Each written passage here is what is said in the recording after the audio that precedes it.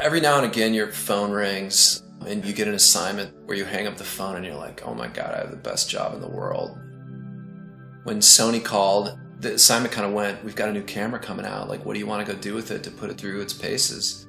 One of the things that always irks me is when camera tests are done in a vacuum. So immediately I thought of just doing a trip around the world and taking this camera into real environments. Over the last couple of years, I've turned my attention more towards cinematography. So I've been spending more time trying to understand motion, learn how to see in motion, and most importantly, shoot in motion. And the A99 is a great tool to explore both still and motion. Unlike a lot of other DSLRs on the market that shoot to highly compressed MPEG-4 codec, the A99 shoots to AVC HD. In addition, you can go HDMI out to an external recorder and shoot uncompressed video, which we did a bit of on this trip. Being able to shoot uncompressed video out opens up a whole new world of possibilities, including green screen.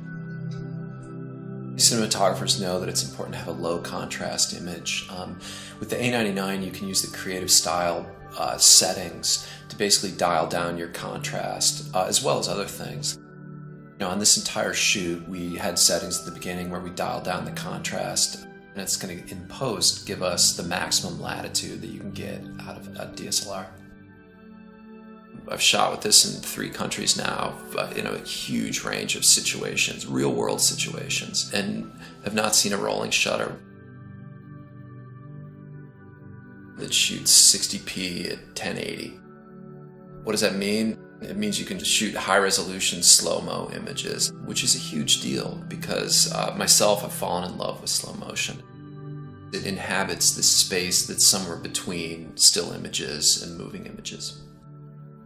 In addition, because of the translucent mirror, autofocus now for the very first time in the DSLR world will work in motion. It's worrying about the focus, I'm worrying about the composition, which is exactly the way it should be.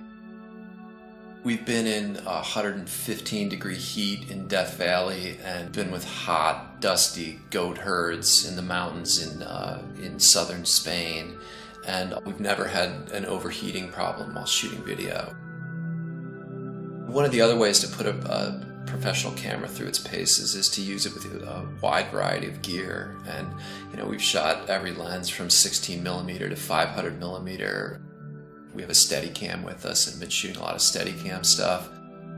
We have sliders with us and jibs and have been doing motion-controlled time lapses. Under all those situations and with all those gear, the camera's been incredibly compatible and cooperative.